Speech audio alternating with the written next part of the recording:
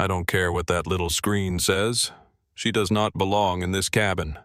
The words landed like a slap across the hushed, climate-controlled air of the first-class cabin, sharp enough that the woman in 3A actually flinched behind her magazine, and the young flight attendant near the galley curtain went completely visibly still. The man who had spoken them was tall, broad-shouldered, dressed in a suit the color of winter clouds. His platinum blonde hair swept back with the kind of precision that suggested he paid someone to make it look effortless.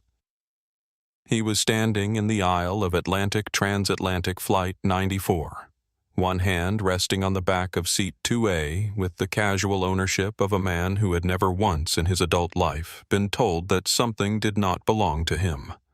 The woman he was speaking about had not moved. She sat with her hands folded neatly in her lap, her gaze directed out the oval window toward the gray tarmac of JFK, her expression carrying the particular practiced stillness of someone who had learned a very long time ago that the first reaction is rarely the right one. She had not raised her voice. She had not turned to look at him. She simply existed in that seat quietly and completely, as though the storm building around her was happening in another dimension entirely. What the man did not know, what almost no one on that aircraft understood yet, was that 4 hours earlier, a little girl 7 years old had stopped being able to feel her legs, and that the woman sitting at the center of his fury was the only reason anyone believed that might one day change. And in the cockpit, a captain had just read something on his screen that made him set down his coffee very slowly and stand up. The alarm on Naomi Reeves's phone was set for 4:15 in the morning, but she was already awake when it went off. Sitting at the small kitchen table in her Rochester apartment, with both hands wrapped around a mug of coffee that had gone mostly cold, staring at nothing in particular, while the refrigerator hummed its low, indifferent hum in the corner of the room. She had been a pediatric neurosurgeon for 14 years, and she had learned in the first 3 of those years that sleep before a difficult case was something you scheduled and negotiated with your body, like a business arrangement, sometimes honored and sometimes not. The night before a transatlantic emergency call was firmly in the not category. She had lain on her bed, fully dressed for 2 hours before giving up entirely and moving to the kitchen, where at least the light was honest. The apartment was small by the standards of what a surgeon at her level could theoretically afford, but Naomi had never been particularly interested in the architecture of status. There were books on every flat surface, a whiteboard covered in anatomical diagrams near the window, and on the refrigerator door held by a magnet shaped like a Minnesota loon, a photograph of a woman in a pale blue nursing uniform standing outside a brick building squinting into the sun.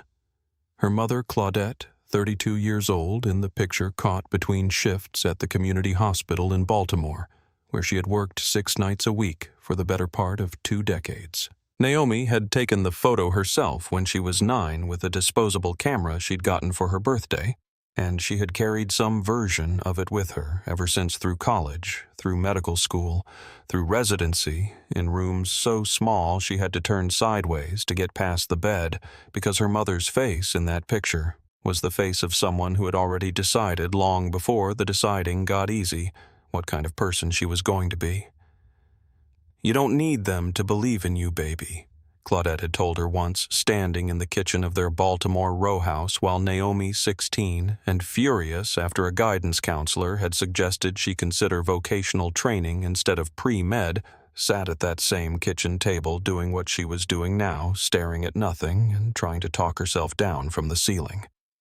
"You just need you to know who you are. The rest catches up eventually." The rest had caught up. Eventually was the right word for it. Slow, incremental, hard one, but it had arrived. At 41, Naomi Reeves was one of perhaps 8 surgeons in the world who could perform a complete posterior cervical decompression on a pediatric patient with a C1 to C2 fracture and a meaningful statistical chance of preserving motor function. She had published 4 papers on modified stabilization techniques for children under 10. 2 hospitals in Japan had used her protocols to train their entire pediatric spine units. She did not mention any of this at dinner parties, partly because she rarely attended dinner parties, and partly because she had grown up in a world where the people who most needed to know your credentials were also the people most determined not to ask.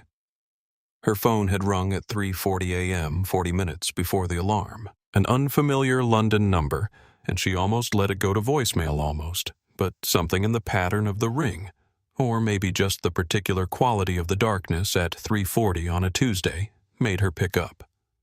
The voice on the other end belonged to a man named Dr. Alistair Webb, Chief of Pediatric Trauma at Great Ormond Street Hospital, and it was the voice of someone who had been awake for 20 hours and had run out of professional composure about 4 hours earlier. He spoke quickly, over-explaining, and then catching himself and starting over. And what emerged from the tangle of his words was this. A 7-year-old girl named Iris had been thrown from a horse the previous afternoon at a riding lesson in Surrey, and the fall had done something to her cervical spine that 3 different specialists at 2 different London hospitals had looked at and agreed was beyond what they could safely touch. The imaging showed a complex fracture pattern with progressive cord compression. She had some movement in her arms. She had none in her legs. The window for surgical intervention that might change that picture was narrowing with every hour they waited. Webb had been given Naomi's name by 2 people independently in the same conversation, and he was calling at 3:40 in the morning because there was no version of this situation in which it was appropriate to wait until business hours. Naomi sat with the phone against her ear and listened to all of it without interrupting, and when Webb finished, she was quiet for exactly 10 seconds. She could feel them passing one by one, and then she asked 3 questions about the imaging, listened to the answers, and said, "I'll be on the first available flight. Have the OR scheduled for tomorrow evening London time. I'll review the full imaging on the plane." She hung up, sat still for a moment longer, and then pulled her carry-on bag out from under the bed and began to pack. At the check-in counter at JFK, 3 hours later, the agent, a young man, early 20s, name tag reading Paul, looked at her boarding pass. Looked at her, and then looked at the boarding pass again, with the particular micro-expression that Naomi had catalogued so many times over the years. She could have drawn it from memory. The small recalibration, the momentary loading screen pause while a person's assumption rebooted against an inconvenient reality. She was wearing a charcoal cashmere sweater, dark jeans, and her hair pulled back. She was carrying a tote bag and a laptop case. She looked by the specific and narrow visual vocabulary that Paul had apparently been handed like someone who did not buy $9,000 transatlantic first-class tickets. He handed her the boarding pass without saying anything extra. She took it without explaining anything extra. She had stopped explaining a long time ago. Her mother had been right about that too. The first-class cabin of Atlantic Flight 94 was only half full when Naomi boarded, which meant the space had that particular quality of expensive quiet, the kind that came not from silence exactly, but from distance from the architecture of privacy that separated each seat from the next, with enough leather and polished wood paneling to make the rest of the world feel theoretical. Naomi settled into 2A with the practiced economy of someone who has navigated airports and aircraft for so many years that the sequence of movements, bag in overhead, laptop retrieved, shoes eased off, seatbelt fastened, happened without conscious instruction. Her body simply doing what it knew, while her mind had already moved several steps ahead to the imaging files waiting on her hard drive. The Typ Vien Trung Grace, according to her name tag. A woman somewhere in her early 50s with silver-streaked hair, and the calm, unhurried competence of someone who had seen every possible configuration of human behavior at 30,000 feet and had long since stopped being surprised by any of it, came by with a warm towel and a glass of sparkling water, and something small happened. As she did it, she glanced at Naomi's name on her tablet, and for just a fraction of a second, barely long enough to register, her hand paused mid-reach. Not a hesitation born of doubt, but something more like recognition. The way you pause when you see a name you know from somewhere important, somewhere you didn't expect to encounter it in this particular moment and this particular place. Then the moment passed. Grace smiled with genuine warmth, asked if she could get Naomi anything else before boarding completed, and moved on without remark. Naomi pulled up the imaging files on her laptop. The dense, intricate geography of a 7-year-old's cervical spine laid bare in grayscale, and looked at them for a few minutes, turning the problem over in her mind, the way she always did in the early stage, not solving, yet just learning the shape of it, understanding where the damage was and where the healthy structure remained, and what the margins were between those two things. Then she closed the laptop and placed it carefully in the pocket of the seat in front of her. She was not going to work on this flight. She was going to sleep, or try to, because the most dangerous thing she could bring into that operating theater tomorrow evening was a brain running on 40 hours without rest, and she knew her own limitations with the same clinical precision she brought to everything else. She put her earbuds in, selected something without words, a Sadie piano piece she had listened to approximately 1,000 times, and that her nervous system now recognized as a signal to stand down, and she leaned her head against the window and closed her eyes. Somewhere across the Atlantic, Iris was waiting. Derek Holloway had been a senior managing director at Crestline Capital for 11 years, which meant he had spent the better part of a decade operating in an environment where his opinion on any subject was sought, where his discomfort was treated as a scheduling problem to be solved by someone else, and where the distance between wanting something and having it had been worn down to nearly nothing by a continuous application of money status and the particular social lubricant of other powerful people agreeing with him. He was 54 years old, and he wore it in the particular way that wealthy men of a certain type tend to wear their 50s, not gracefully but heavily, with a kind of imperious solidity, as though the years had not so much aged him as compressed him into a denser version of what he had always been. He moved through JFK's International Terminal that morning, the way he moved through most spaces slightly ahead of his own momentum, as though the floor owed him something for the privilege of being walked on. His platinum blonde hair, more platinum than blonde these days, though he did not spend much time thinking about the distinction, was combed back from his forehead with the geometric precision of a man whose personal grooming was handled with the same detail orientation he applied to quarterly earnings. His suit was the color of pale stone, bespoke and even slightly rumpled from the car service that had arrived 18 minutes late, a fact that had cost his driver a terse 3-sentence message that Derek had composed and sent in the elevator down from his Upper East Side apartment without breaking stride. He had drunk 2 glasses of scotch in the Platinum Members Lounge. Not because he was nervous. Derek Holloway was not as a rule nervous about things, but because it was there, and because the lounge was crowded with the particular subspecies of business traveler that Derek found exhausting. People who wanted to network, who recognized him and hovered at the edge of his peripheral vision, hoping to be invited into conversation, who needed things from him in a way that he could smell like cheap cologne. The scotch was less a drink and more a social boundary, a way of occupying his hands and signaling to anyone considering an approach that his attention was already elsewhere. He boarded early, as he always did, because early boarding was one of the small but non-negotiable perquisites of his status, and he walked down the jet bridge with his leather carry-on in one hand and his boarding pass pulled up on his phone in the other, already composing in his mind the opening of the 9 o'clock call he needed to make to the Zurich office once they were airborne. He stepped into the first-class cabin, paused at the entrance for a moment to let his eyes adjust from the jet bridge fluorescence to the warmer, more considered lighting of the premium space, and then looked down at his boarding pass. Seat 2B.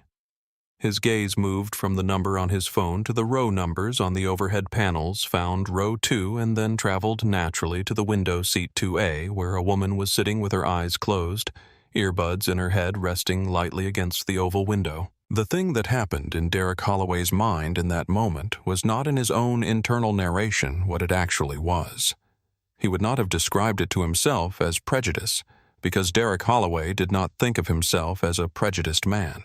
He had black colleagues. He had attended a diversity seminar 3 years ago that he had found reasonably informative, and he was in his considered self-assessment, a person who evaluated others on the basis of their merits and their results. What he would have said if pressed was that there was something that didn't fit some low-frequency wrongness of arrangement, like a painting hung slightly crooked on a wall, not offensive, not dramatic, just subtly, persistently off. The first-class cabin of a transatlantic flight operated in Derek's private taxonomy, according to certain understandings, and one of those understandings, nowhere written and therefore impossible to explicitly defend, was about who occupied these particular seats and what that occupation meant about who they were. The woman in 2A was black younger than him, by what he guessed was 15 years, dressed simply in a cashmere sweater and dark jeans. She was not, in the narrow and specific vocabulary of Derek's expectations, the type. This assessment happened in under 2 seconds, and below the level of his conscious reasoning, which was why he would spend the next 20 minutes absolutely convinced that his objection was about something else entirely. He stood at the end of the row for a moment, carry-on in hand, looking at her. She didn't open her eyes, didn't shift, didn't perform the small social acknowledgement of someone who senses they are being observed and responds with appropriate awareness. She simply continued to exist in 2A in the same way the seat itself existed completely without apology, without reference to his presence whatsoever. Derek placed his carry-on in the overhead bin, and as he did, he moved the leather duffel that was already there, Naomi's, to one side, with a carelessness that was not quite aggressive, but was not careful either. The gesture of a man who was accustomed to making room for himself in whatever space he occupied, and who did not particularly notice or care what had to shift to accommodate that. Then he reached forward and tapped the headrest of 2A with 2 fingers sharply enough that there could be no mistaking it for an accident. Naomi opened her eyes. She took in the situation in the way she took in most situations comprehensively, and without hurry, her gaze moving from the man standing over her to the overhead bin where her bag had been rearranged, and then back to his face.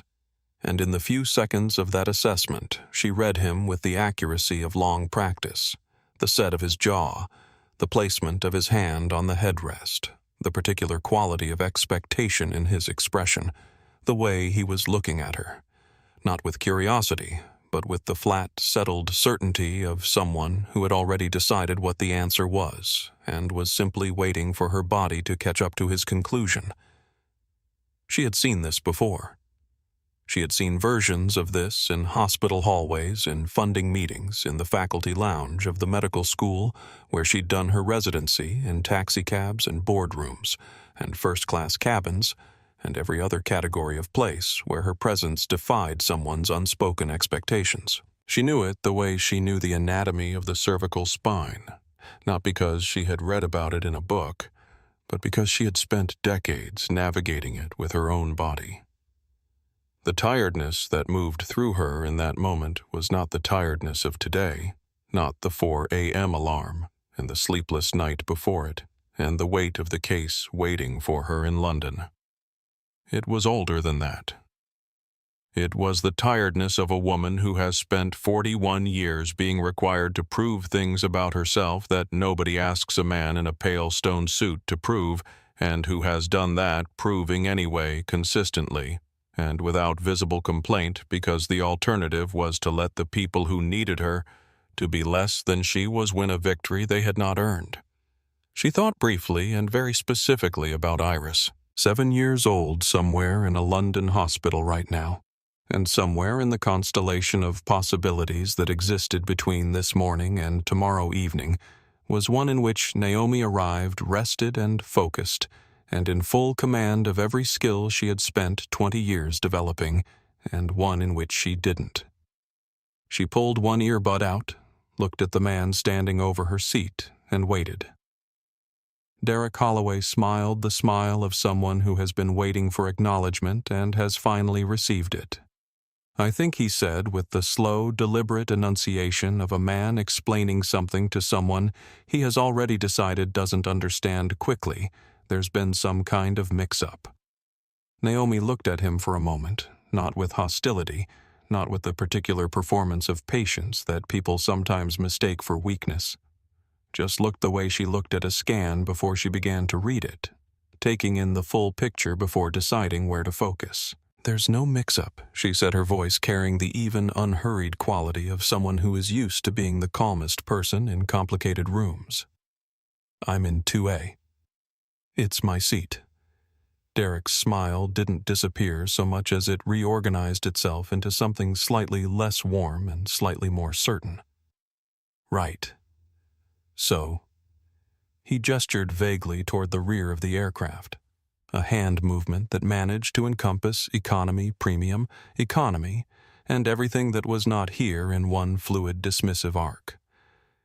"Main cabin's back that way. Happens more than you'd think with the boarding groups." She did not reach for her phone to show him the boarding pass. She did not shift in her seat or sit up straighter or do any of the small physical things that signal a person preparing to make their case. She simply looked at him with the same steady, unhurried attention as before and said, "I know where the main cabin is. I'm not in it." And here was the thing about Derek Holloway. The thing that would matter a great deal in the next 20 minutes. He was not accustomed to being told a second time.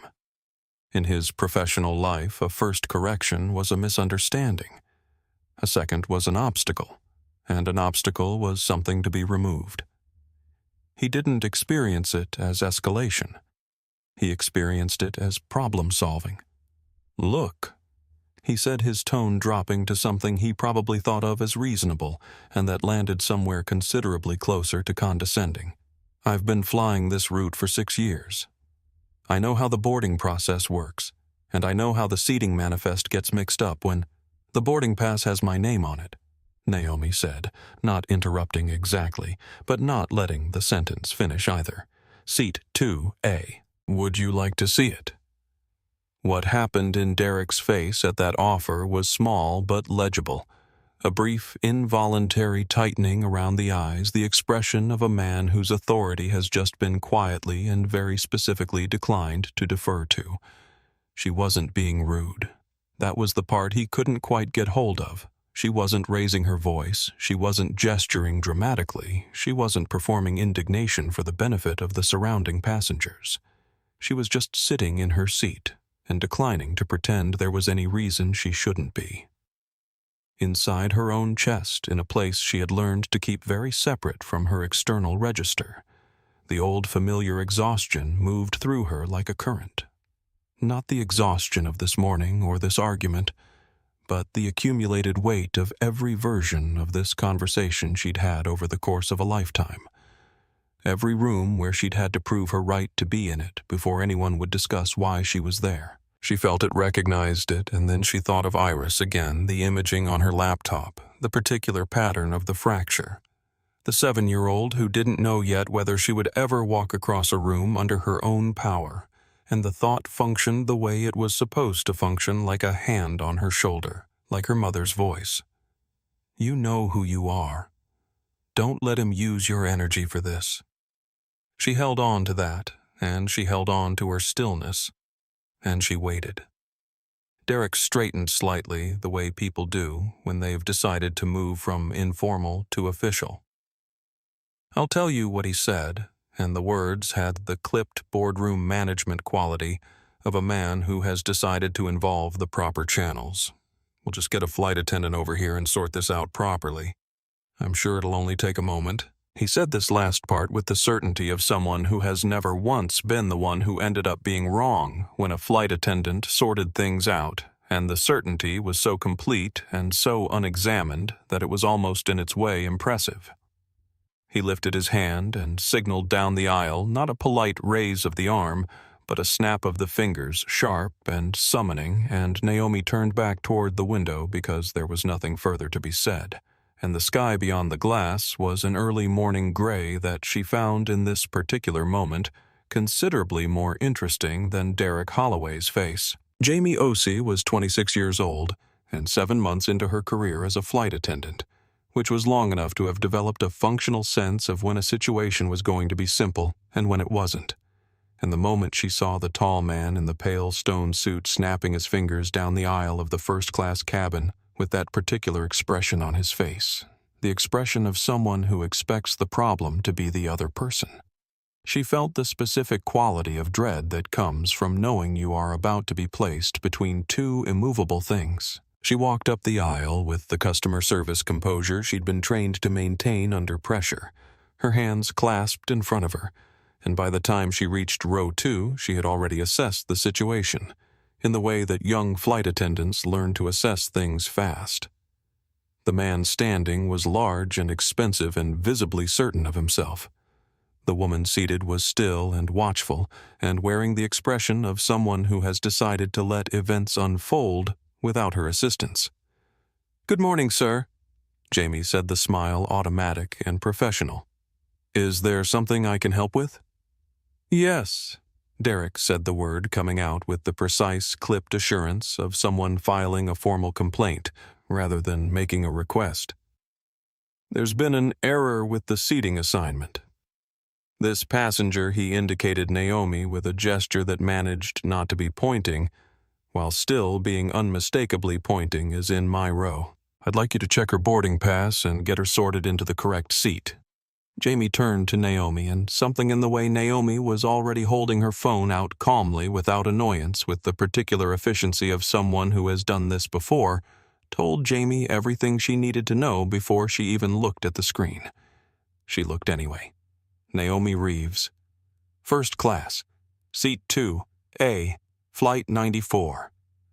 Sir Jamie said carefully, turning back to Derek with the tone of someone delivering news they expect to be contested. "The passenger in 2A is correctly assigned."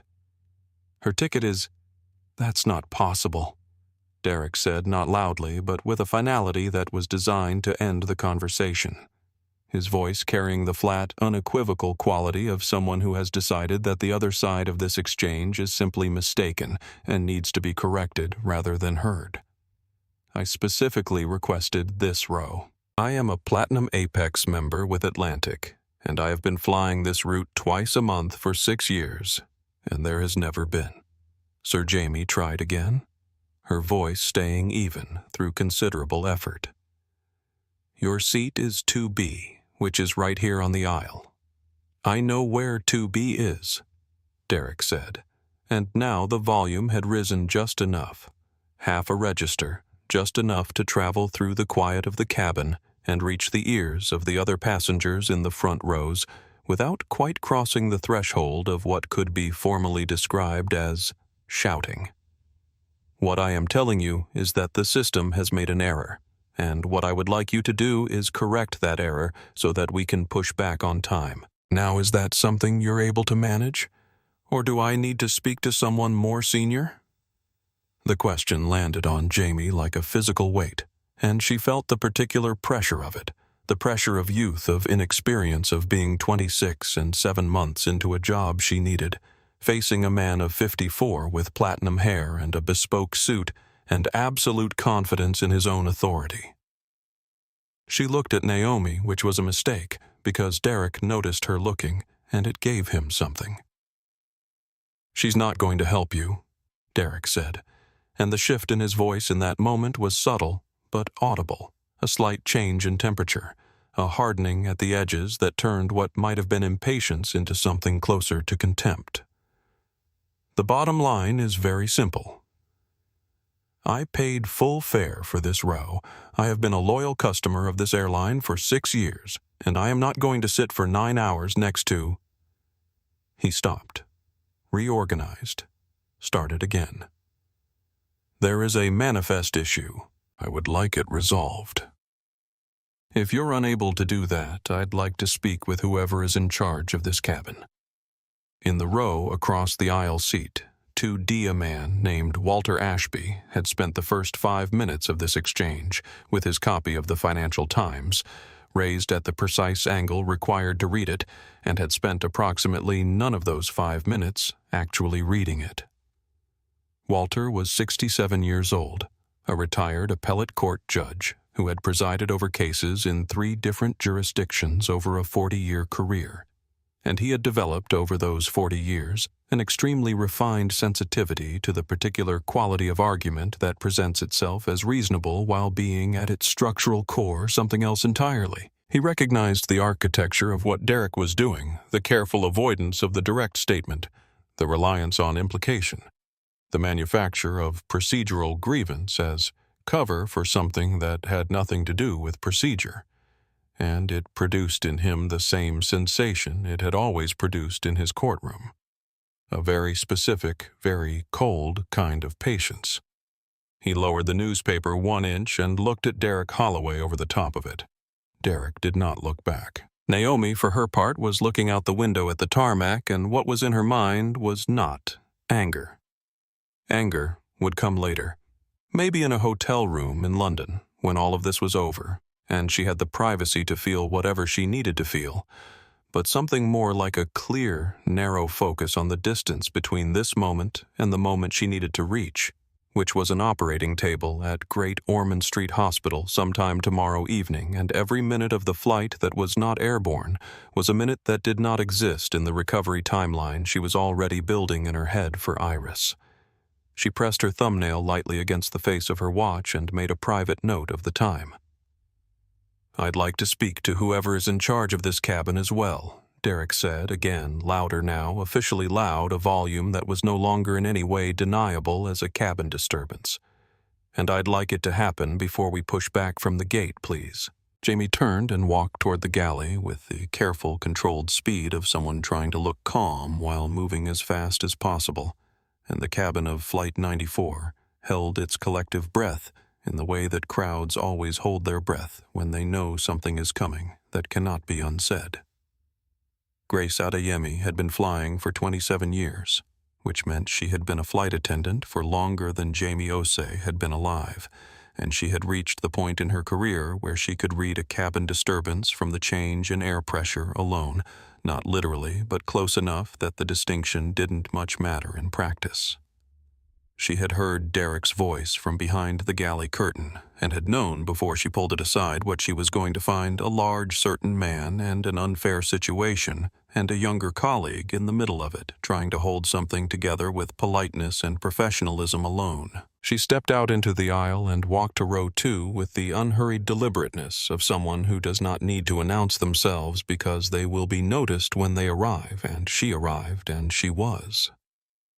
Derek saw her a white woman, silver-streaked hair, the additional service stripe on the cuff that indicated seniority, and something in his posture adjusted almost imperceptibly, a slight relaxation of the shoulders, a recalibration of tone toward what he apparently assessed as common ground.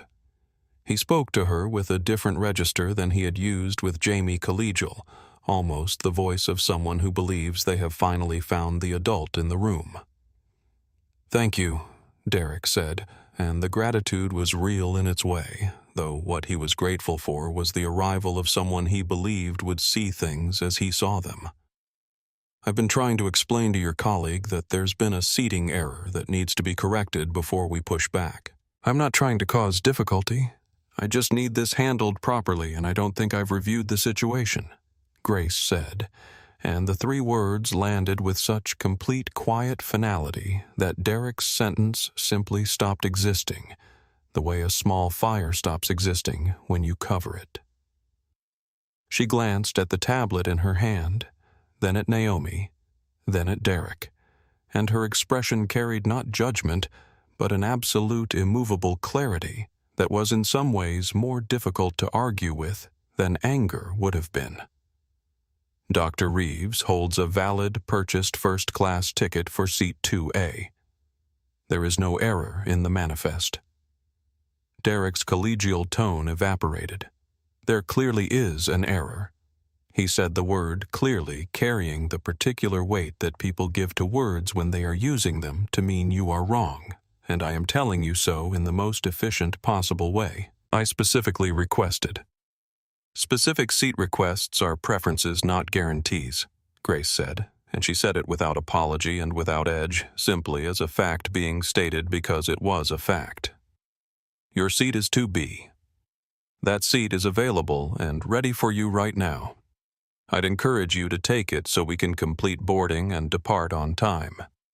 And here was the moment that Derek Holloway, had he been a different person, might have recognized for what it was, a door offered politely and without fanfare, through which he could pass and sit down and let the morning continue its normal course. The door was right there. Grace was holding it open with both hands. He looked at it, and he looked at Naomi, sitting in 2A without any visible awareness of or concern for his presence, and he made his choice. "I want to speak to the captain," Derek said, his voice dropping to something quieter and therefore more deliberate. Each word placed carefully like items being set on a table before a negotiation. "The captain has final authority over the passenger manifest. Go get the captain and let him sort this out, because I am not sitting down until this woman is moved."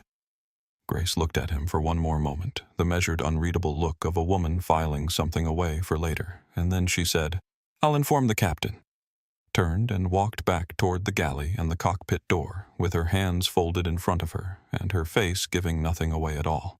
Captain Raymond Okafor was 58 years old and had been flying commercial aircraft for 31 years, the last 9 of which had been transatlantic routes on wide-body jets that carried between 200 and 400 people at a time across the North Atlantic, which meant that, in the aggregate, he had been personally responsible for the safe delivery of somewhere in the region of 4 million human beings from one side of the ocean to the other.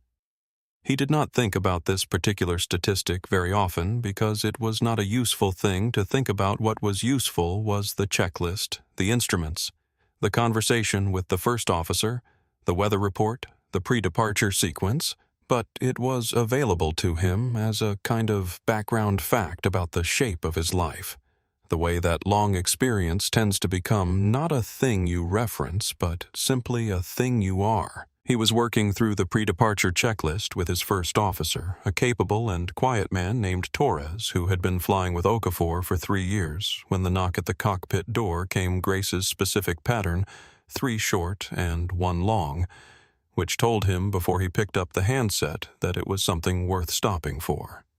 He listened to Grace's summary with the handset pressed to his ear and the checklist tablet resting on his knee, and when she finished he asked only one question. "Is the passenger in 2A creating a disturbance?" "None at all," Captain Grace said. "She's been completely calm throughout," Okafor said. "Stand by," and set down the handset and pulled up the passenger manifest on the flight deck display, scrolling to row 2. He tapped the entry for seat 2, A. Reeves Naomi. "Doctor." There was a notation attached to the entry, a priority flag coded amber, the kind that the airline's executive dispatch team attached to bookings that came through unusual channels with unusual urgency. He tapped it, and it expanded into a full-note emergency medical travel seat, secured by direct contact from the office of Elliott Voss Bookings, made at 11:47 p.m., 3 nights prior, full first-class fare paid by direct transfer. The note included a brief summary of the reason for travel, and Okafor read it once and then sat with it for a moment. He opened the desk drawer to his left and took out a small photograph that he had kept there for 9 years, since his first long-haul command, and looked at it. The photograph was of a little girl, 7 or 8 years old, missing her 2 front teeth, laughing at something off camera. His granddaughter Adayeze, taken 3 summers ago at a birthday party in Lagos. She had her mother's eyes and her grandmother's stubbornness, and she was in Okafor's private and unironic assessment, the best thing that existed in the world. He looked at the photo for a few seconds, then put it back in the drawer. Then he looked at Torres and said, "You have the checklist. I'll be back in 4 minutes," unbuckled his harness, straightened his jacket, and stood up. He did not rush. There was no version of what was about to happen that required him to rush, and rushing would have changed the quality of his arrival from what he intended it to be, which was the arrival of someone who already knows exactly how this ends and wants to make sure everyone else has the chance to understand it before it does. He opened the cockpit door and walked into the cabin. By the time Captain Okafor appeared at the front of the first-class cabin, Derek Holloway had been standing in the aisle for 11 minutes, and the standing had done something to him that he did not recognize as what it was. It had committed him. Every additional minute he had spent upright, demanding, insisting, had added weight to the position he'd taken, and the weight made it harder to move. Not impossible, but harder. The way a stone becomes harder to lift. The longer you've been standing next to it, telling people how heavy it is. He had, in those 11 minutes, said things that he would not, in the warm and retrospective safety of a different context, have chosen to say.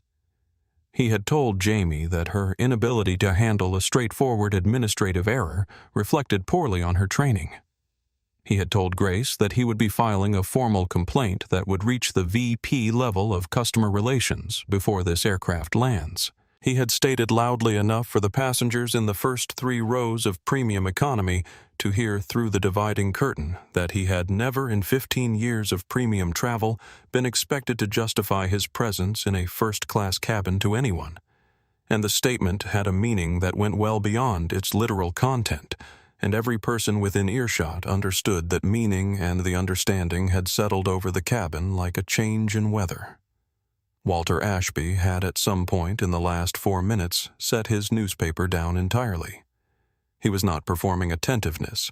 He simply was not going to pretend to read while this was happening.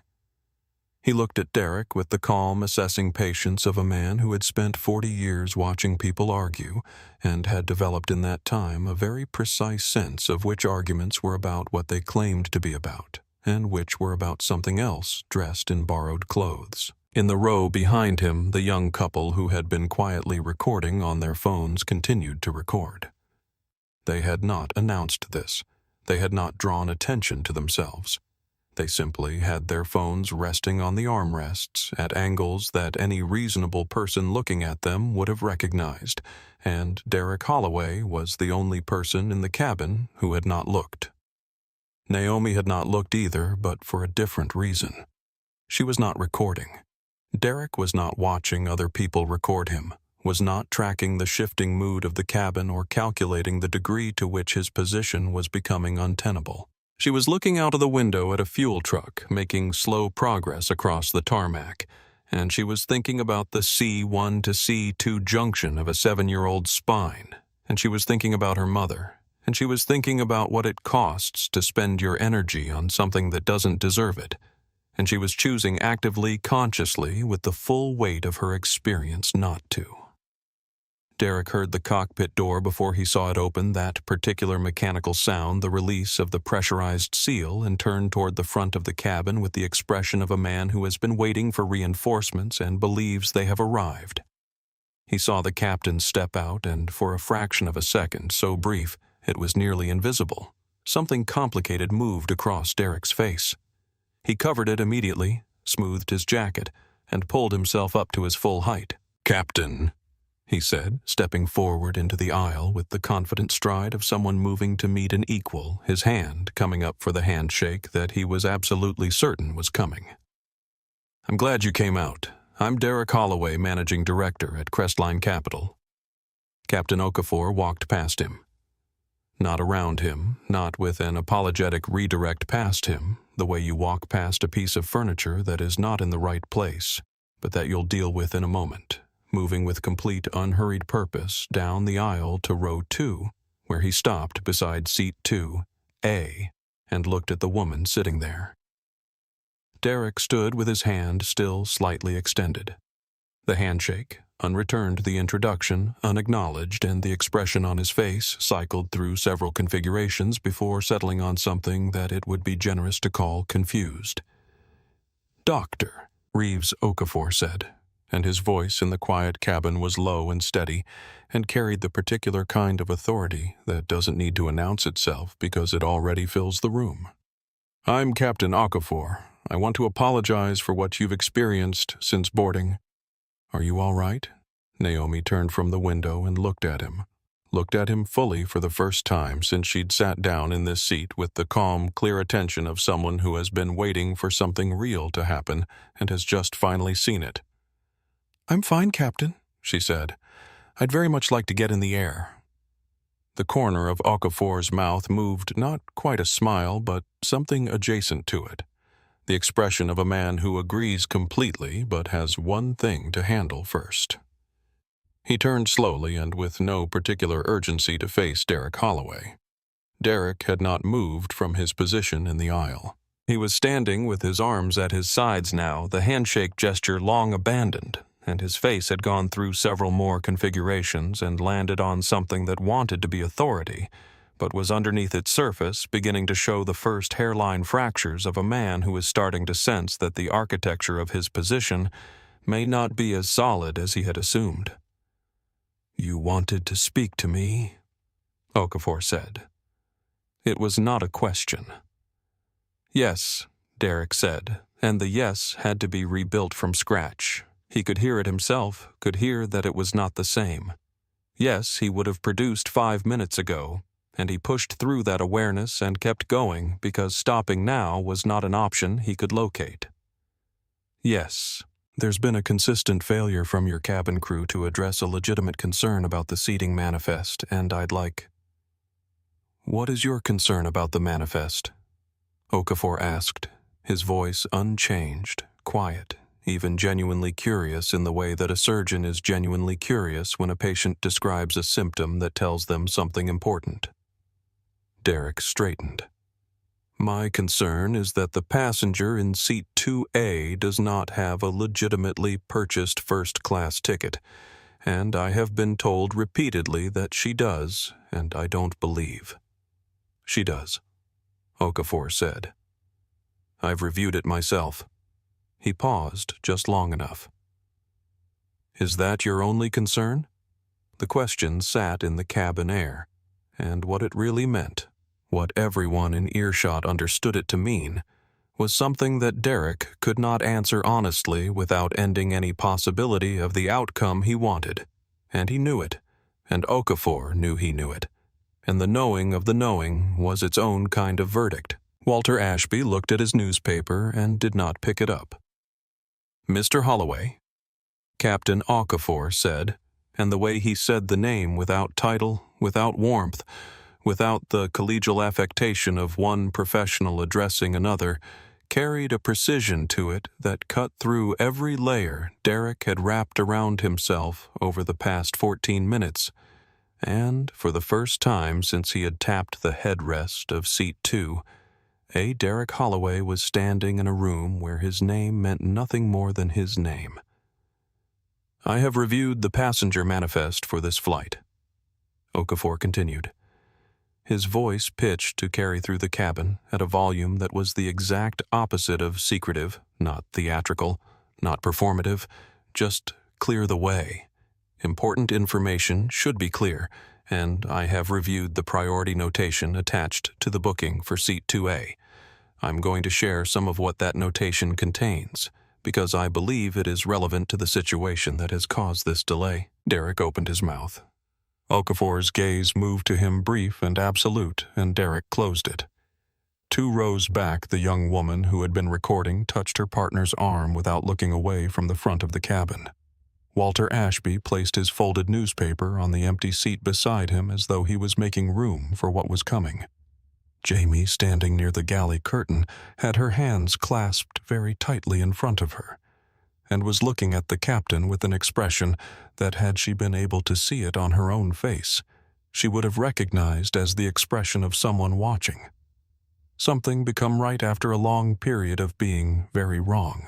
Naomi sat with her hands in her lap and looked at Captain Okafor, and in her chest the slow, steady engine of her composure ran on because she had not started this, and she had nothing to prove, and she was going to be on an operating table in London in approximately 19 hours. And every bit of herself that she could preserve between now and then was a bit of herself she could give to Iris. Mr. Holloway Okafor said again, pulling a slow breath. "I understand you've been with Crestline Capital for 11 years, Senior Managing Director." Derek blinked. The shift in subject matter caught him off balance. "That's correct," he said carefully, the corporate identity reasserting itself like a reflex. "I report directly to—" "You report within an organization chaired by Elliot Voss." Okafor said, and the name landed in the cabin with a weight that was out of proportion to its 2 syllables, because names like Elliot Voss carry weight, even when they're spoken quietly, in the way that very large objects cast shadows, even in dim light. Derek's expression shifted a tiny involuntary movement in the region of his eyes, something that was not quite recognition and not quite alarm, but was somewhere in the space between them, where the first real understanding begins to form.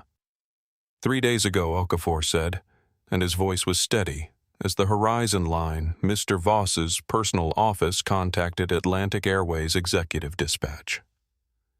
The call came in at 11:47 in the evening. He let the hour sit there for a moment because 11:47 in the evening is the hour of emergencies and not of administrative requests, and everyone in the cabin felt the weight of that. They needed a first-class seat secured on this specific flight. They paid $9,200 for it by direct transfer, and they needed it within the hour. The cabin was so quiet that when the fuel truck outside moved again across the tarmac, the faint mechanical rumble of its engine was briefly audible through the oval windows, and then it passed, and the quiet returned. And in that quiet, Captain Okafor continued. "Mr. Voss's granddaughter," he said, "is 7 years old. Her name is Iris. 3 days ago, she was involved in an accident in Surrey, a fall from a horse, and she sustained a serious injury to her cervical spine." He paused, and the pause had the quality of someone giving the room time to understand what cervical spine means when it applies to a 7-year-old, the specific geography of hope and fear that those 2 words contain. The injury is complex. There is compression of the spinal cord. 2 hospitals in London reviewed her case and both agreed that the surgical intervention required was beyond what their teams could safely perform. Derek had not moved. His carry-on was still in the overhead bin above seat 2B. His jacket was still perfect. His platinum hair was still immaculate, and all of it had become, in the last 45 seconds, somehow beside the point props on a stage where the play had changed around him without anyone telling him the new lines. Mr. Voss's office contacted 3 specialists internationally, Okafor said. All 3 of them independently, without consulting each other, gave the same name. He turned his head slightly toward seat 2. Not a dramatic gesture, not theatrical, simply the turn of a man indicating something true and important. Dr. Naomi Reeves, Chief of Pediatric Neurosurgery at the Mayo Clinic, one of 8 surgeons in the world with the specific training to address the type of injury Iris has sustained, and the one that every person who reviewed this case agreed gave that child the best possible chance. The silence in the cabin had changed. It had begun as the silence of witnesses of people watching something play out between other people, and it had become the silence of understanding, the heavier, stiller quiet of people who are no longer watching from outside, but are inside the thing now, feeling the full dimension of it pressing against them from all directions. Derek's mouth had opened slightly. He was not speaking.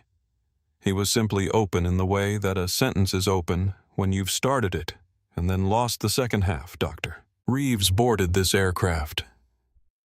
Okafor said, his voice unchanged, steady, even carrying no particular emotion because the facts themselves were carrying everything that needed to be carried to fly 9 hours across the Atlantic on a matter of hours' notice because a 7-year-old child is lying in a hospital in London, and her grandfather, who runs the company where you have worked for 11 years, called an airline at midnight and paid $9,200 for a first-class seat because he needed the best possible surgeon to be rested and ready when that aircraft landed.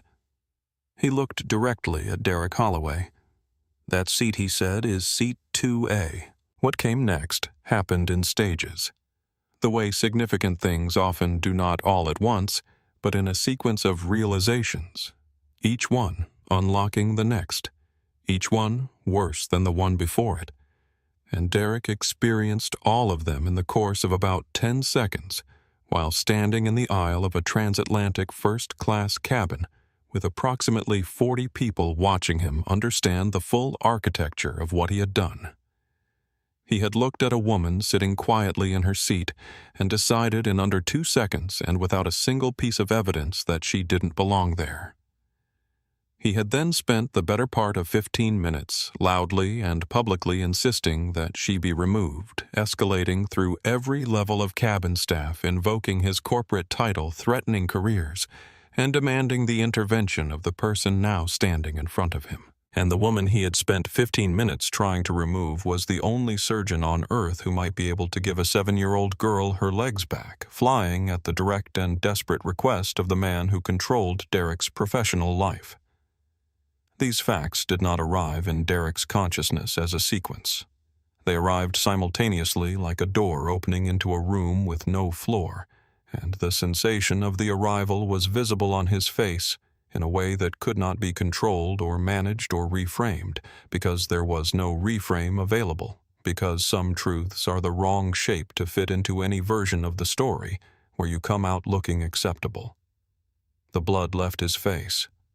Not dramatically, not all at once, but in a slow, unmistakable withdrawal like tide going out the red of a moment ago, replaced by something pale and mottled, the particular complexion of a man who is experiencing the physical reality of his own recklessness. His mouth opened and closed once, and then once more, and no sound came out. Naomi watched this happen, and her expression was not triumphant, and it was not vindicated, and it was not the face of someone tasting the sweetness of justice because she had not been fighting for justice, she had been trying to get on a flight. And what she felt watching Derek Holloway understand the thing he had done was nothing so simple as satisfaction. It was something older and quieter than that, the recognition of a pattern she had seen 1,000 times the moment when the assumptions that have been invisibly operating in a situation are finally made visible to the person who held them, and the making visible is not a victory so much as an exhausting necessary event that should not have needed to happen at all. She turned back to the window, and the tarmac was still there, and the sky was still gray, and somewhere under that sky a child was waiting, and that was the only thing that mattered now. 10 seconds passed. They passed slowly in the way that time passes in rooms where something important has just finished being said, and no one has yet found a way to speak normally again. In those 10 seconds, the following things happened. Jamie pressed her clasped hands against the front of her uniform jacket and breathed through her nose carefully. Walter Ashby looked at the ceiling of the cabin for a moment, and then looked at his folded newspaper and did not pick it up. The young woman 2 rows back lowered her phone 3 inches, then raised it again. The man in 4A, who had boarded quietly with a window seat and a paperback thriller and had been trying his best to read since the argument started, gave up entirely and placed the book face down on the tray table. Grace, visible at the edge of the galley curtain, watched Derek with the expression of someone who had known this was coming and had made her peace with it before it arrived. Derek Holloway stood in the aisle with his carry-on in the overhead bin above him, and the full weight of the last 15 minutes pressing down on his chest, and he said nothing because there was nothing available to him that would not make what had already happened worse. The calculus of his position had been performing itself in his mind rapidly and unbidden, and every direction he looked in the calculation produced the same result. There was no version of this story told by anyone who had witnessed it that ended with Derek Holloway coming out on the other side with anything intact. He had not assaulted anyone. He had not broken any law that would be easy to enumerate in a courtroom. But he had done something that the 40 people in this cabin had watched him do, and some of them had been recording it, and the thing he had done was as clear as language. He had looked at a woman and decided what she was worth before she had spoken a single word, and then he had spent 15 minutes trying to make the world conform to his decision. Naomi did not look at him.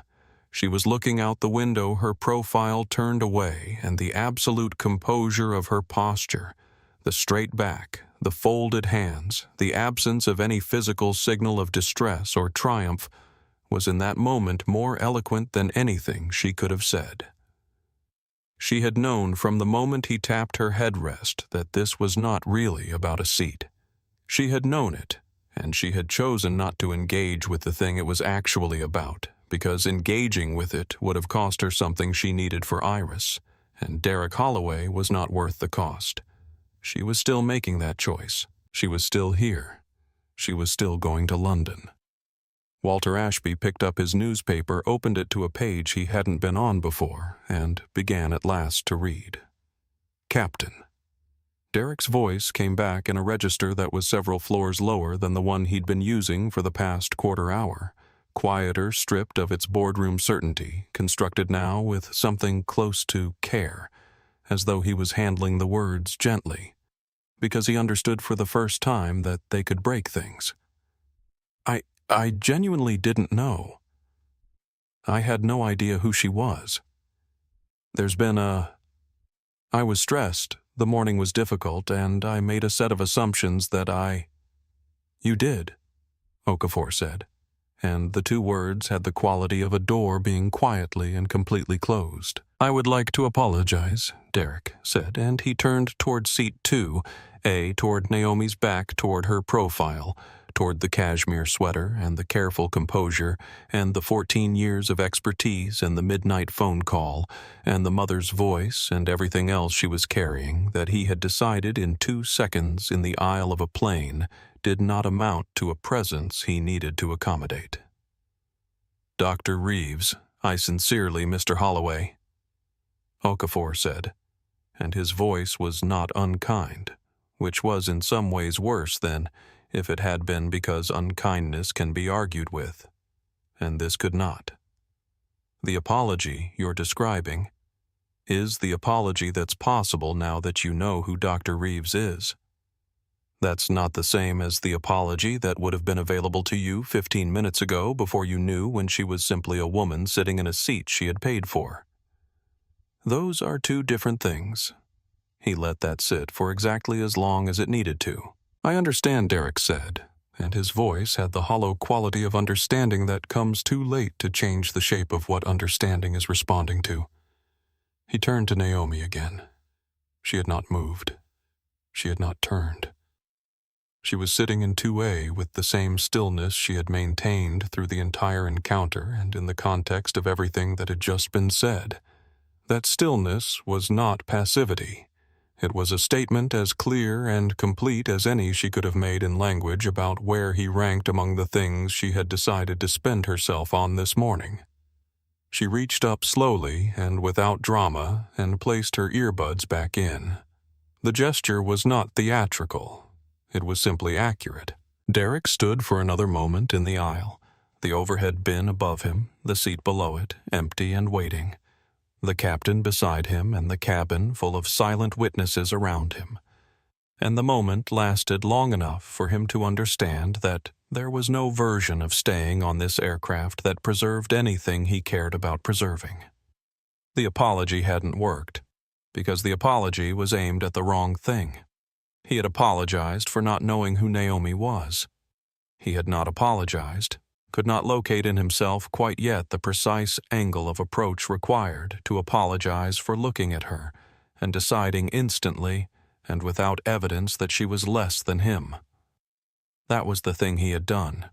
That was the thing the cabin had watched him do. And the captain was not looking at him with anger, was not looking at him with triumph or satisfaction, or any of the emotions that Derek would have known how to respond to, but with a kind of settled, clear-eyed recognition, as though he had seen this particular play performed many times before, and knew exactly how it ended.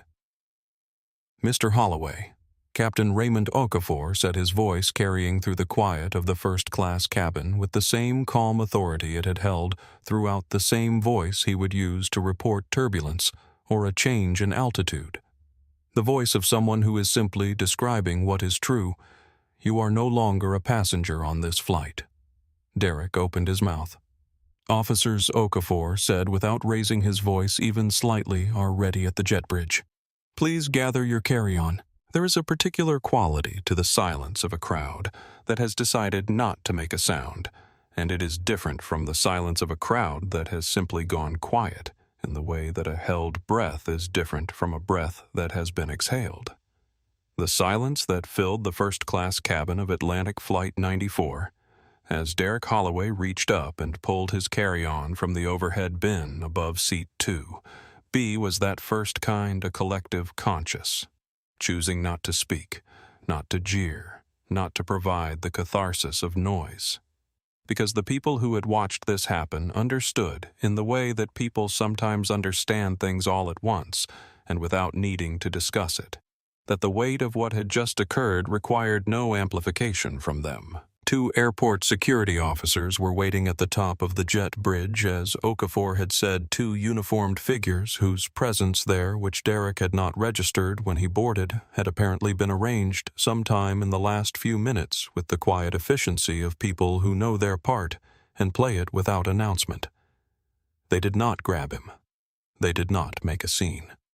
They stood at the entrance to the jet bridge and waited with the patient professional neutrality of people who have walked this particular walk many times and understand that the walk itself is sufficient. Derek came up the aisle with his carry-on in one hand and his phone in the other, and he moved the way a person moves when they are trying to appear to be leaving of their own volition while being escorted out, which is a specific and recognizable way of moving that fools no one. He had straightened his jacket. He had smoothed his platinum hair back from his forehead with one quick pass of his hand. He was performing composure with every tool available to him, and the performance was technically adequate and completely unconvincing. He passed Walter Ashby's row, and Walter did not look up from his newspaper. This was not a slight. It was a verdict. The deliberateness of it, the old man's eyes on the page, the precise and total withholding of a glance that Derek would have been able to read something into, was the most complete dismissal available to a person without moving a muscle, and Walter delivered it with the mastery of someone who had spent decades knowing exactly what his attention was worth. He passed the row where the young couple had been recording. The woman's phone was down now. Had been down since Okafor spoke because there was nothing left to document. The important part was already captured, and she looked at Derek as he passed with an expression that was not hostile and not curious, but simply present the face of a witness who has witnessed and will remember. He did not look at her. He passed the galley curtain where Jamie was standing just inside the premium economy section, and for a fraction of a second their eyes met the young flight attendant and the man who had told her that her inability to manage a straightforward administrative error reflected poorly on her training, and Jamie held his gaze for exactly one count and then looked away, not because she felt the need to end the moment, but because he was no longer the most interesting thing in her field of vision. At the entrance to the jet bridge, Derek paused. Not for long, 2 or 3 seconds long enough to give the impression that the pause was chosen. He did not look back at row 2. He did not look at Naomi. The security officers moved one small step forward, a movement so subtle it barely qualified as movement, and Derek walked out of the aircraft and into the jet bridge, and the door closed behind him. In the cabin, for another long moment, no one said anything. Then Walter Ashby turned a page. Captain Okafor walked back through the first-class cabin at the same unhurried pace he had arrived with, and he stopped briefly beside seat 2A. He didn't crouch down. He didn't make it a significant moment. He simply paused in the way you pause when there is something worth acknowledging, and he said quietly enough that it was between them. "You should try to get some rest, Dr. Reeves. We'll have you in London on schedule." Naomi looked up at him, and the look she gave him was not gratitude in the performed effusive sense, not relief, not vindication, but something quieter and more durable, the look of one professional who has been treated with the respect they were already owed, acknowledging it without making it larger than it needs to be. "Thank you, Captain," she said. Okafor nodded once and continued to the front of the cabin and disappeared through the cockpit door, and the sound of the latch engaging was very small and very final. Outside the oval window, the fuel truck had finished its slow circuit of the tarmac. The boarding door was secured. Somewhere in the mechanical depths of the Boeing 777 systems were cycling through their sequences toward readiness, and in the premium economy section and economy sections beyond 231 people who would never know exactly what had happened in rows 2 through 4 were settling into their seats and pulling out their headphones and waiting for the same thing Naomi was waiting for. Movement, altitude, the relief of being somewhere different from where you were.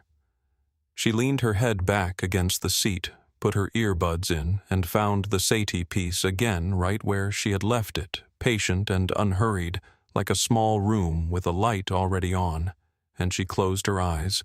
And this time she slept. The Boeing 777 pushed back from the gate at 8:47 a.m., 43 minutes behind schedule, and by the time it reached its cruising altitude of 38,000 feet above the North Atlantic, the first-class cabin had settled into the particular private quiet of a long flight well underway. The small sounds of people arranging themselves for the hours ahead, the soft percussion of ice in glasses, the white noise of the engines underlying everything like a held note. Naomi slept with her head against the window and her hands loose in her lap, and she slept the way exhausted people sleep when they have finally, after a very long time, been given permission deeply and without movement, her breathing slow and even, the crease between her brows that had been there since 4 a.m. gradually releasing until her face had the uncomplicated openness of someone who has gone somewhere the world cannot reach. Grace moved through the cabin on quiet feet, attending to the other passengers, and each time she passed row 2, she did not pause and did not linger, because what the woman in 2A needed most right now was to be left alone. And Grace understood this with the instinct of someone who has spent 27 years learning how to read what people need. But she looked. Each time she passed, she looked the quick, comprehensive, assessing look that she had been doing for 27 years in varying directions, taking inventory of what was all right and what was not. Naomi was all right. For the moment, she was deeply, completely all right. Grace carried a passenger's sparkling water back to 4C, and as she walked, she allowed herself a thought she rarely indulged in during flights, which was a thought about herself rather than the people she was serving. She thought about a different flight 13 years ago on a different aircraft on a different route when she had been the junior flight attendant. And there had been a situation not entirely unlike this one. A passenger in a premium seat, another passenger who believed they did not belong there, and a flight attendant named Grace who had been 27 years old and 7 months into her career, and who had stood in the galley behind the curtain and listened to it happen and had not walked out. She had thought about that flight many times since then. She thought about it less often now than she used to because thinking about it did not change it. But she thought about it still, especially in moments like this one when she had walked out instead. The Atlantic passed below them, enormous and gray-green and indifferent. And in a hospital on the other side of it, a little girl named Iris was lying in a bed waiting for something she did not yet have words for the thing that would come to her. 7 months from now, in a physical therapy room in London, when she would take 3 steps between parallel bars and then look up and grin at her grandfather with all of the absolute uncomplicated triumph of someone who has found something she was afraid was lost. But that was not yet. That was on the other side of tonight. For now the engines ran on. Naomi slept. Grace moved through the cabin on quiet feet. And 38,000 feet below the ocean held its enormous ancient silence as it had always done and would always do, regardless of whatever small and large catastrophes played out above it. The security room in the lower level of Terminal 4 at JFK was a place designed for function rather than comfort, which was to say it was a place designed to make a person feel the full weight of their situation without the softening that comfort provides. The walls were cinder block, painted an institutional beige that had grayed over time. The fluorescent lights buzzed with the particular frequency that makes people either talk more than they should or less. There was a table, 4 chairs, and a wall-mounted camera in the upper corner that watched the room with the disinterested patience of a machine that does not sleep, and does not judge, and does not care. Derek Holloway sat in one of the chairs for 3 hours. He had not expected to sit in one of the chairs for 3 hours. He had expected, with the muscular reflex optimism of a man who has always had access to the mechanisms by which consequences get managed, that a phone call or two would clarify the situation, that the situation would be revealed to be something that could be framed differently, that someone with appropriate authority would appear and recognize him, and the recognition would function as a key. He had his phone. He made calls. He called his executive assistant, Philippa, who answered on the second ring, as she always did, and who told him in the careful, over-controlled voice of someone delivering information they expect to be received badly what the situation actually was. Atlantic Airways had canceled his existing return booking. His Platinum Apex membership, 15 years in the accumulation, the physical card alone, a source of a specific and particular satisfaction every time he withdrew it from his wallet, had been suspended pending review of the incident report filed by Captain Okafor. His passport number had been flagged in what Philippa described as a shared database for passenger disturbance incidents at the major carrier level, which meant that the other airlines she had tried to book him through had declined the transaction before it was completed. There was one available seat to London that could get him there in time for the meetings he needed to attend. It was on a budget carrier called Skybridge, departing from Newark at 3:10 a.m. It was a middle seat in the last row of economy. The fare was $340. Derek sat in the security room chair and stared at the gray-beige wall, and at some point in the second hour, he could not have said exactly when something began to happen that was unfamiliar and therefore difficult to name, which was that he started to think about what had happened without the layer of narrative he usually applied to events in his life. The layer that sorted things into categories of grievance and vindication and tactical error and strategic recalibration. He tried to apply it, and it kept slipping because the facts underneath it were a specific shape that the layer did not fit. He had looked at a woman and decided she did not belong in a first-class seat.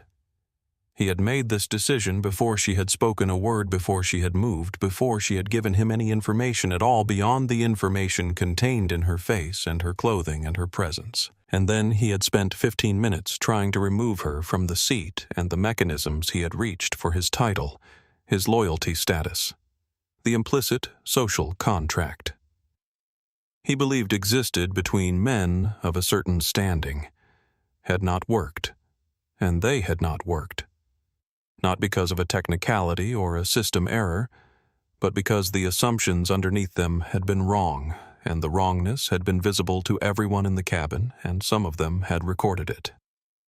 He sat with this for a while, and it did not feel good, and he did not arrive at any clean resolution, because clean resolution is not something that 3 hours in a cinderblock room tends to produce, and because some things cannot be resolved in 3 hours only begun.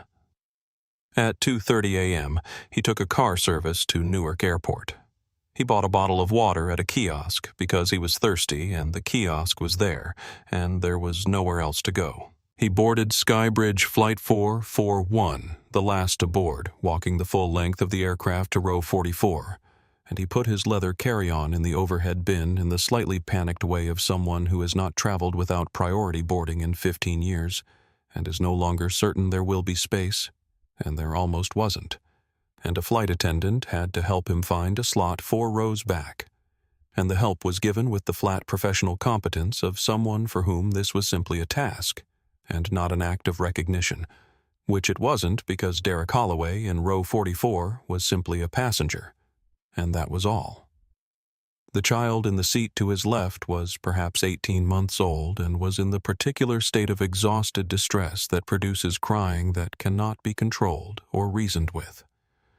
The man to his right fell asleep within minutes of takeoff and snored with the vigorous, uninhibited quality of someone with an entirely clear conscience. The seat in front of Derek reclined to its maximum position, which was not very far on Skybridge but was exactly far enough to reduce the already limited space between his knees and the tray table to something that required constant active management.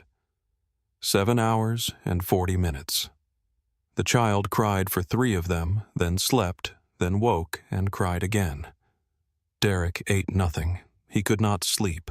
He stared at the seatback screen, which offered a selection of films he had already seen or had no interest in seeing, and he stared at the clouds outside the window as the sky lightened toward dawn, and he thought without intending to about the woman who had crossed the same ocean 9 hours ahead of him in a leather first-class seat with the engines as white noise and someone to bring her water and the simple, profound gift of being allowed to rest.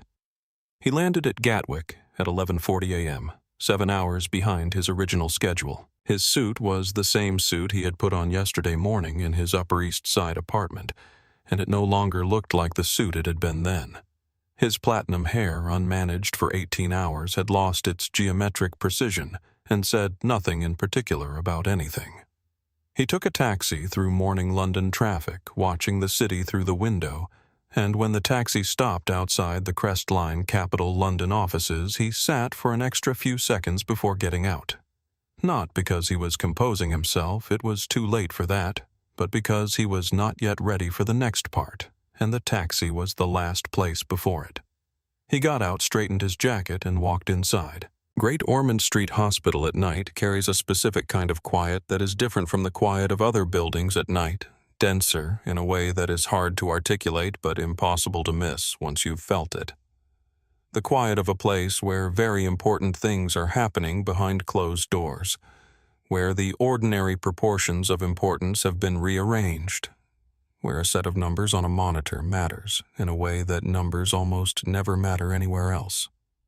Naomi had been in operating theater 4 for 14 hours. She did not, in those 14 hours, think about the man on the airplane. She did not think about the cabin or the argument or the captain's announcement or Derek Holloway's face when the full picture assembled itself in front of him. She did not think about any of it because thinking about any of it would have required a portion of her attention, and her attention was not available for anything except what was in front of her. The microscope, the field, the instruments in her hands, and the 7-year-old child whose spine she was painstakingly, millimeter by millimeter, piece by piece, restoring toward the possibility of a different future than the one the last 4 days had been pointing toward. This was what 14 years looked like from the inside. Not heroism, not drama, just the long, sustained, almost mechanical application of everything she knew in the right order for as long as it needed to take without error and without rushing, because error and rushing were not options that existed in this room. Her hands were steady.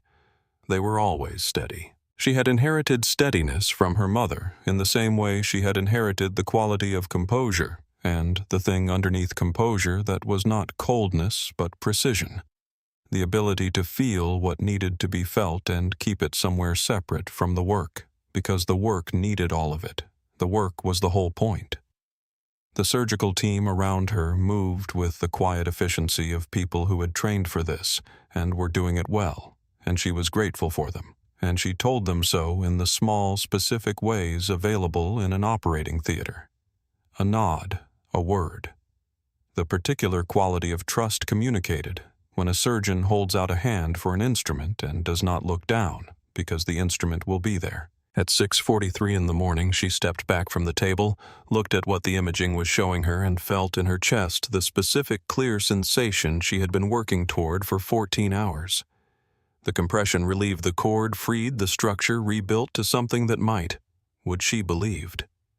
She was careful with believing, but she believed hold.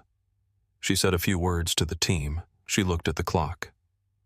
She walked out of the operating theater through the double doors and into the corridor and pulled off her surgical cap and stood still for a moment in the way that people stand still when they have been in motion for a very long time, and the stillness is a new country they are not yet fully oriented in.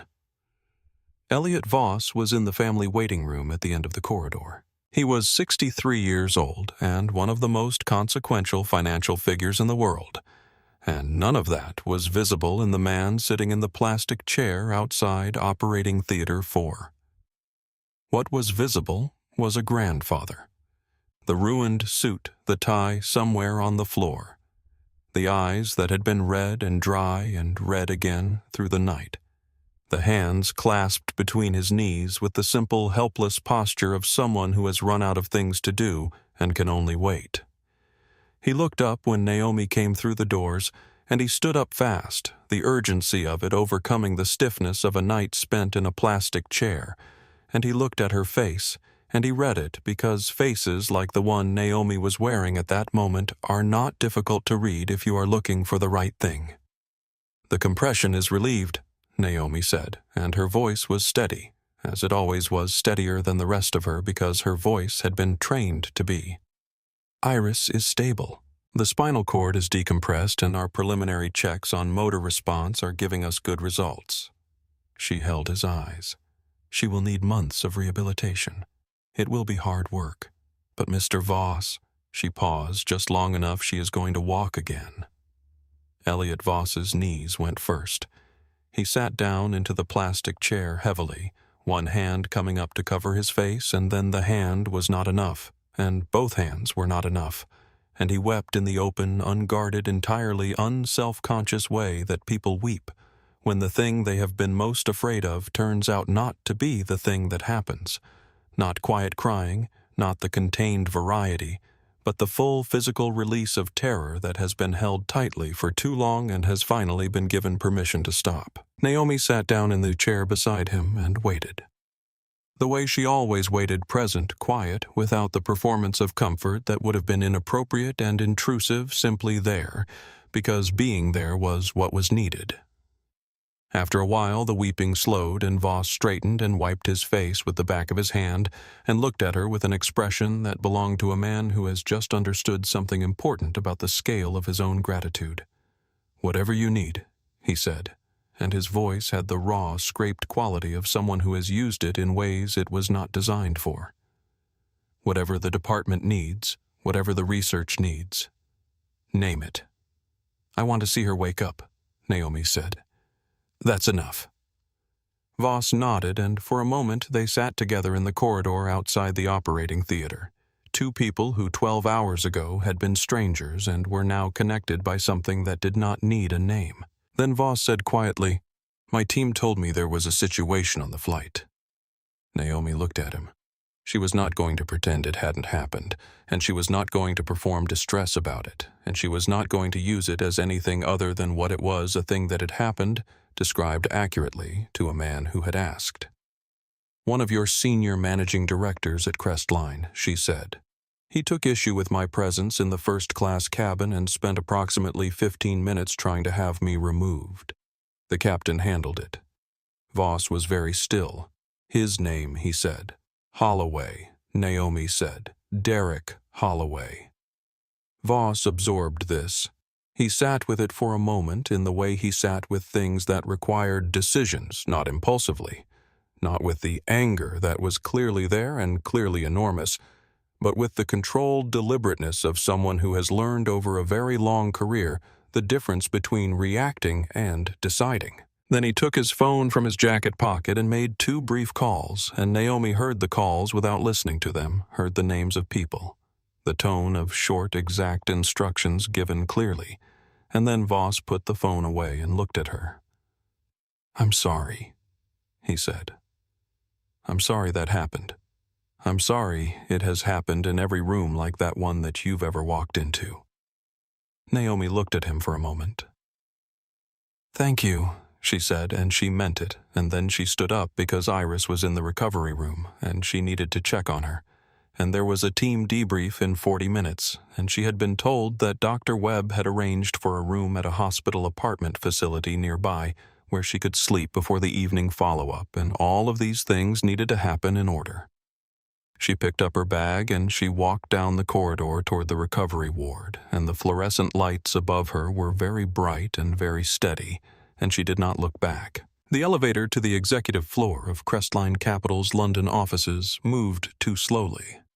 Derek Holloway noticed this because he was counting things in the involuntary, anxious way that the mind counts things when it cannot control anything else. The floor numbers illuminating one by one, the faint bell that accompanied each, the particular quality of his own reflection in the polished metal of the elevator door, which was not the reflection of the man who had stepped into an elevator in New York 24 hours ago, and was not quite the reflection of anyone else either.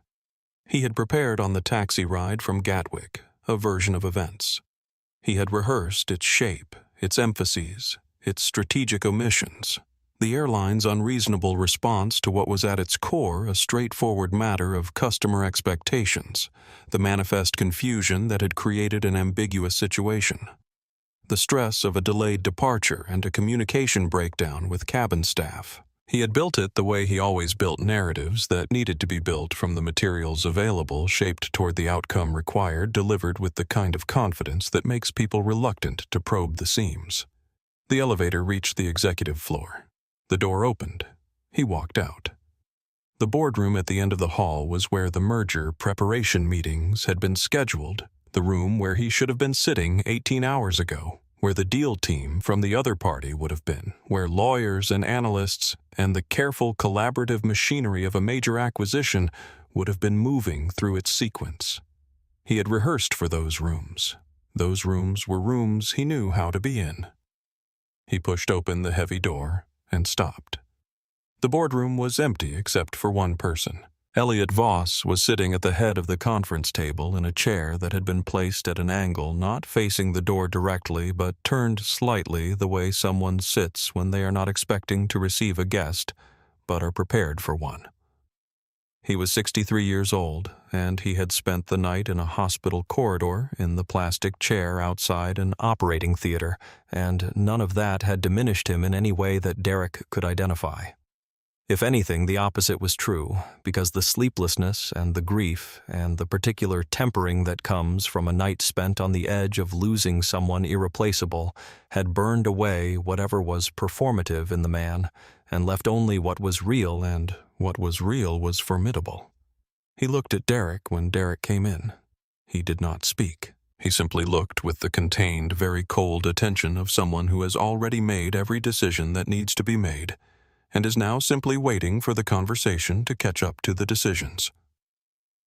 Derek crossed the room and sat down, the habit of professional confidence, operating below the level of conscious choice. And he opened his mouth, and the prepared narrative, the rehearsed one, the shaped one, the one with the strategic omissions, simply wasn't there. He looked at his own hands on the polished table, and he looked at Elliot Voss, and he said, "Because there was nothing else available, I need to explain what happened." "I know what happened," Voss said. His voice was entirely flat, the way very still water is flat, not calm, because calm implies an active quality, a choice, and this was something else, the absence of any warmth at all. "I have the captain's incident report." He placed a printed sheet on the table between them without sliding it across, just placed it at the precise midpoint so that Derek could read it if he chose to and could not pretend he didn't know it was there. "I spoke to Dr. Reeves, and I spent the night in a waiting room finding out whether my granddaughter was going to spend the rest of her life in a wheelchair because the surgical window was narrowing with every hour the aircraft sat on the ground." He stopped. He looked at Derek. Because of this. The prepared narrative was not simply gone. It had been replaced by nothing, which was the appropriate substitute. Derek sat with his hands on the table and felt the full dimensions of what he had done, pressing in from all directions, and for the first time since seat 2A, he could not manage the experience from a distance. "I didn't know," he said, and he said it not as a defense. He had abandoned defense, somewhere in the elevator, or maybe before that, maybe in the security room at JFK, but as the one true and irreducible fact available to him, the floor beneath everything else. "No," Voss said. "You didn't know who she was. That's accurate. But you knew who you thought she was. You decided that in the first 2 seconds before she had spoken one word to you. And everything that followed, every minute of that disturbance, every threat you made to those flight attendants, every minute that aircraft sat on the ground, came from that decision. Not from confusion about a boarding pass. Not from stress. from a decision you made about who a woman was based on nothing except what she looked like. He paused. And you made that decision? Voss continued, his voice never rising in the company of 40 witnesses. On an aircraft where people were recording, using my company's name to threaten people. I understand, Derek said. You understand now, Voss said. You understood differently 15 hours ago. He pulled a second sheet from the folder in front of him and placed it beside the first. Effective this morning, your employment with Crestline Capital is terminated for gross misconduct. The morality clause in your contract, which you signed 11 years ago, and which you have always known was there, has been activated. Your severance package is void. Your unvested stock is canceled. The pension provisions that required continued employment in good standing are no longer applicable. Derek looked at the 2 sheets of paper on the table between them. He thought about 20 years. He thought about the apartment, the car service, the Platinum Apex card, the golf club, the specific architecture of a life built around the assumption that certain things were stable. He did not argue. There was no argument available that he could respect himself for making, and somewhere in the night in row 44 over the Atlantic, or the security room at JFK, or the elevator. Just now he had arrived at a place where the self-respect available to him was a very small and specific kind, the kind that comes from not adding dishonesty to what has already been done. I know Voss said, reading something in Derek's silence, that you believe this is disproportionate, that you will eventually tell yourself a story in which you were punished for one bad morning by a man who was emotionally compromised by a family crisis. He did not say this with cruelty. He said it with the even clarity of someone describing a thing they have seen happen before and are not interested in watching again. If that story is more comfortable, you're welcome to it. But the report will follow you. The recording will follow you. Not because I'll send it to people, though I will speak to colleagues, but because these things have a way of following people now. He stood straightening the jacket he had not changed from the night before and picked up the folder. The meeting today has been rescheduled. Lily, my granddaughter Derek will need several months of intensive rehabilitation before she walks again. She will walk. Because Dr. Reeves flew through the night and stood in a surgical theater for 14 hours. He walked to the door. He paused at the threshold and looked back once, and the look was not contemptuous and not vindictive. It was simply final, the look of a man who has said what needed to be said and does not intend to add to it. She's going to be all right, Voss said, and it was unclear deliberately or not whether he was speaking about Iris or about Dr. Naomi Reeves or about some larger and unnamed thing, and then he walked out and his footsteps receded down the corridor, and Derek sat alone in the empty boardroom with the 2 sheets of paper and the leather carry-on, and the silence of a city that did not know and did not care what had happened to him, and began the long, unglamorous work of figuring out what came next. 20 minutes later, a junior HR assistant knocked quietly on the boardroom door, came in with the polite, careful manner of someone who has been briefed on the sensitivity of the situation, and handed Derek a single cardboard box. It was smaller than he expected. 20 years, it turned out, did not take up very much space. The morning light came through the window of Iris's recovery room in the slow, tentative way of London light in autumn, not flooding in but arriving as if checking first whether it was wanted, and then staying when it found the room quiet and the small figure in the bed beginning at last to stir. Naomi was standing near the door when it happened, when the little girl's fingers moved first, and then her eyes found her grandfather's face, which was right there beside the bed, because it had been right there beside the bed for the entire night, and would be there for as many nights as it needed to be. And the expression that moved across Iris's face when she found it, the slow, drowsy, absolute recognition of someone returning from a very long way away, was one of the most fundamental human expressions that exists, and it required nothing else to be complete. Voss did not speak. He took her hand in both of his, very carefully, and bowed his head over it, and Naomi looked at this for a moment, and then looked away because some things belong to the people they are happening to and do not need a witness. She checked the monitors with the quiet efficiency of someone for whom this is ordinary, and it was ordinary in the sense that it was the ordinary of her work. The thing she did, the reason she was standing in this particular room on this particular morning, and when she had seen everything she needed to see, she updated the chart and put the chart down, and looked once more at the small figure in the bed and the old man holding her hand, and she felt what she always felt at this moment. The particular private satisfaction that cannot be quantified or displayed or put in a paper or included in a funding application. The sensation of having done the thing you were built to do and having done it well enough. She picked up her bag and walked out into the corridor. Grace was there. She was in her civilian clothes, jeans, a jacket, a scarf, and she was standing outside the hospital entrance, having apparently simply appeared the way people appear when they have decided to do something and have not bothered to construct an elaborate reason for it. She looked at Naomi when Naomi came through the doors and said, "I looked up which hospital. I hope that's all right." "It's all right," Naomi said. "I just wanted to know she was okay," Grace said. "She's going to be fine."